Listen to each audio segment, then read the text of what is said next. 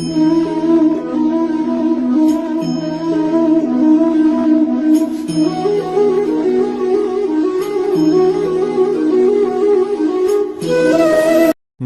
दोस्तों, जय श्री कृष्णा।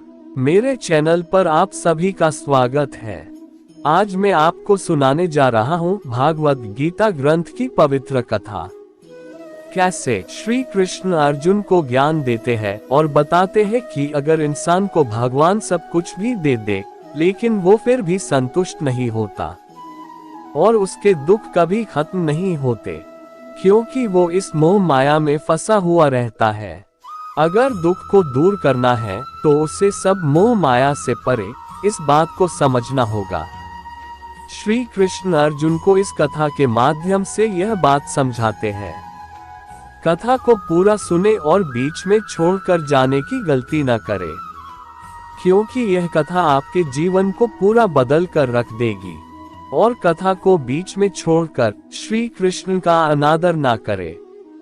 श्री कृष्ण अर्जुन से कहते हैं, एक समय की बात है। एक दिन लोग सोकर उठे ही थे कि उन्हें एक अद्भुत घोषणा सुनाई पड़ी। ऐसी घोषणा इससे पहले कभी भी नहीं सुनी गई थी, किंतु वह अभूतपूर्व घोषणा कहां से आ रही है ये समझ में नहीं आता था। उसके शब्द जरूर स्पष्ट थे, शायद वे आकाश से आ रहे थे, या ये भी हो सकता है कि अंतस से ही आ रहे हों। उनके आविर्भाव का स्रोत मनुष्य के समक्ष नहीं था। संसार के लोगों परमात्मा की ओर से सुखों की निर्मूल्य भेंट, दुखों से मुक्त होने का अचूक अवसर। आज अर्धरात्रि में जो भी अपने दुखों से मुक्त होना चाहता है, वह उन्हें कल्पना की गठरी में बांधकर गांव के बाहर फेंक आवे और लौटते समय वह जिन सुखों की कामना करता हो, उन्हें उसी गठरी में बांधकर सूर्योदय के पूर्व घर लौट आवे। उसके दुखों की जगह सुख आ जाएंगे। जो इस अवसर से चूकेगा वह सदा के लिए ही चूक जाएगा। यह एक रात्रि के लिए पृथ्वी पर कल्पवृक्ष का अवतरण है। विश्वास करो और फल लो। विश्वास फलदायी है। सूर्यास्त तक उस दिन ये घोषणा बार बार दोहराई गई थी। जैसे जैसे रात्रि करीब आने लगी, अविश्वासी भी विश्वासी होने लगे। कौन ऐसा मूल था जो इस अवसर से चूकता? फिर कौन ऐसा था जो दुखी नहीं था, और कौन ऐसा था जिसे सुखों की कामना न थी? सभी अपने दुखों की गठरियां बांधने में लग गए। सभी को एक ही चिंता थी कि कहीं कोई दुख बांधने से छूट न जाए। आधी रात होते होते संसार के सभी घर खाली हो गए थे और असंख्य जन चींटियों की कतारों की भांति अपने अपने दुखों की गठरियां लिए गांव के बाहर जा रहे थे। उन्होंने दूर दूर जाकर अपने दुख फेंके कि कहीं वे पुनः न लौट आवे, और आधी रात बीतने पर वे सब पागलों की भांति जल्दी जल्दी सुखों को बांधने में लग गए। सभी जल्दी में थे कि कहीं सुबह न हो जाए और कोई सुख उनकी गठरी में अनबंधा न रह जाए। सुख तो है असंख्य और समय था कितना अल्प, फिर भी किसी तरह सभी संभव सुखों को बांधकर लोग भागते भागते सूर्योदय के करीब करीब अपने अपने घरों को लौटे।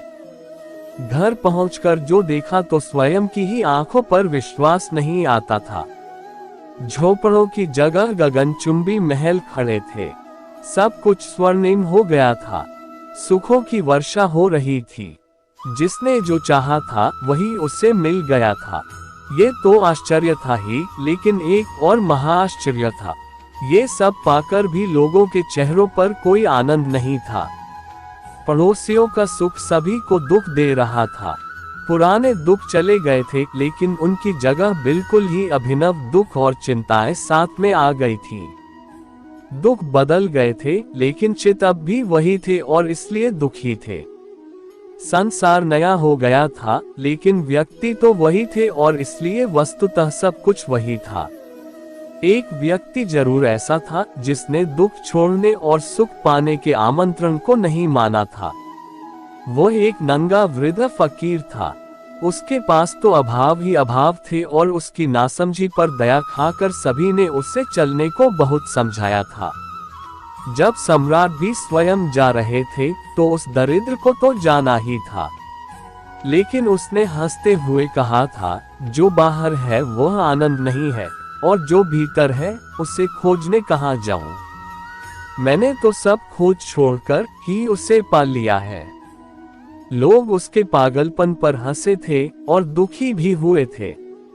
उन्होंने उसे बेवकूफ ही समझा था, और जब उनके झोपड़े महल हो गए थे और मणि माणिक्य कंकड़ पत्थरों की भांति उनके घरों के सामने पड़े थे, तब उन्होंने फिर उस फकीर को कहा था, क्या अभी अपनी भूल समझ में नहीं आई? लेकिन फकीर फिर हंसा और बोला, मैं भी यही प्रश्न आप लोगों से पूछने की सोच रहा था। ये प्रसंग बताता है कि सुख का रास्ता आप ही के अंदर से होकर गुजरता है। आनंद मन में होना जरूरी है। बाहर की चीजें कितनी भी अच्छी क्यों ना हो, उन्हें पाकर हम खुश नहीं होंगे। इसलिए अगर आप सचमुच खुश होना चाहते हैं तो आपके पास जो है उसका महत्व समझें। उम्मीद है इस कहानी से आपको बहुत सीख मिली। ऐसी और भागवत गीता से जुड़ी प्रेरणादायक उपदेश को सुनने के लिए वीडियो को लाइक और चैनल को सब्सक्राइब करना ना भूलें, और बेल आइकन को दबा दें ताकि मेरी अगली वीडियो आए तो आप उसको सबसे पहले सुन सकें। चलिए मिलते हैं फिर अगली वीडियो में। धन्यवाद। जय श्री कृष्णा।